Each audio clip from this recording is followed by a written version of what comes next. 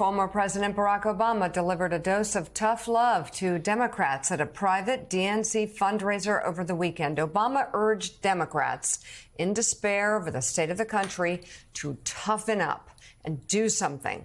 NBC News obtained excerpts of Obama's remarks from the president's team, which read in part this: I think it's going to require a little bit less navel-gazing, a little less whining, and being in fetal positions. It's going to require Democrats to just toughen up. Obama went on to say he wasn't surprised by what President Trump has done, but that he has been surprised by Democrats who, quote, stood for all kinds of stuff, who seem like they're kind of cowed and intimidated and shrinking away from just asserting what they believe, or at least what they said they believe. The former president pressed liberals to stop wallowing in disappointment and take action, saying, quote, what's being asked of us is make some effort to stand up for the things that you think are right and be willing to be a little bit uncomfortable in defense of your values.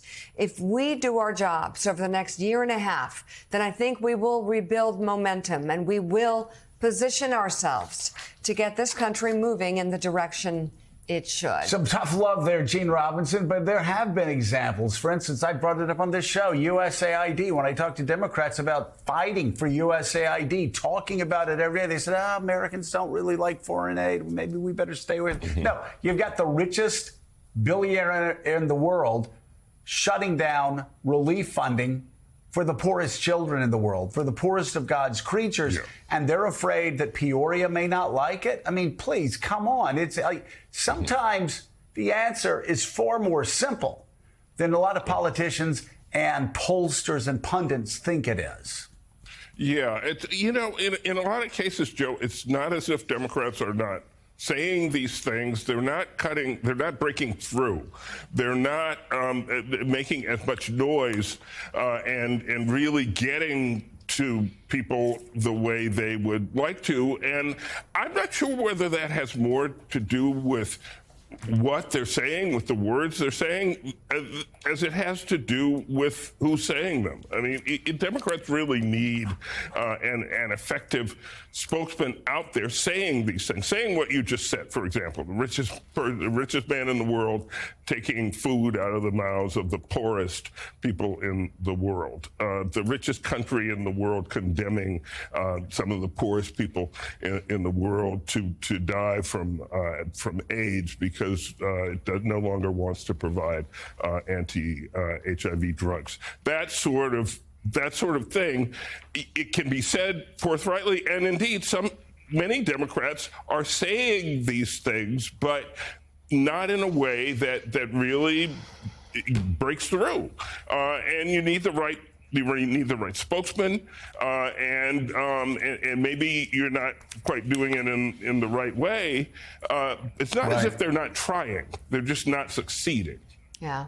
They're not landing it. And Charlie Sykes, I'm just curious. We've talked about this before. A lot of Republicans who have become disaffected with the Republican Party have looked at Democrats and go, doesn't anybody here know how to play this game? I mean, Barack Obama knew how to play it. He was tough. He'd throw somebody under the bus when he needed to throw somebody under the bus. He did what he had to do to win. Bill Clinton, of course, exasperated Republicans for years. They would tear their hair out because he was so good at figuring out how to connect with middle America. And somebody as far as being tough, because Rahm Emanuel, who's talking about running for president, Rahm's a tough guy. He seems to know how to boil things down to their bare essence and roll up his sleeves and fight. But a lot of Democrats just don't seem to know how to do that. What would your advice be? Well, I mean, we don't have enough time to go through all of that. But I mean, in fairness, the world has also changed since the time of Bill Clinton. The media universe has changed. People have gone into their corners. People have gone into their own bubbles. I think one of the problems I think that progressives are having right now is that they've created their own echo chambers where they are talking to one another. And that's perhaps one of the reasons why it's not breaking through. But look at an issue like, for example, immigration. I think Democrats have been back on their heels on that issue. I think that there's a recognition. I think John Kerry just gave an interview to the BBC where he talked about, the mistakes Democrats had made on immigration. But you're seeing public opinion beginning to change. Public opinion is actually ahead of some of the spokespeople as the stories trickle out, as people are beginning to see, masked agents taking grandmas off the streets. There is a backlash against that. So I think that there's been a timidity to go after some of these issues. But to Eugene's point, also, I think the Democratic Party is waiting for that voice, that person who can communicate. They can make people feel, as opposed to simply standing in front of a whiteboard and talking about abstractions. And so that has to happen. There is no Barack Obama on the scene today.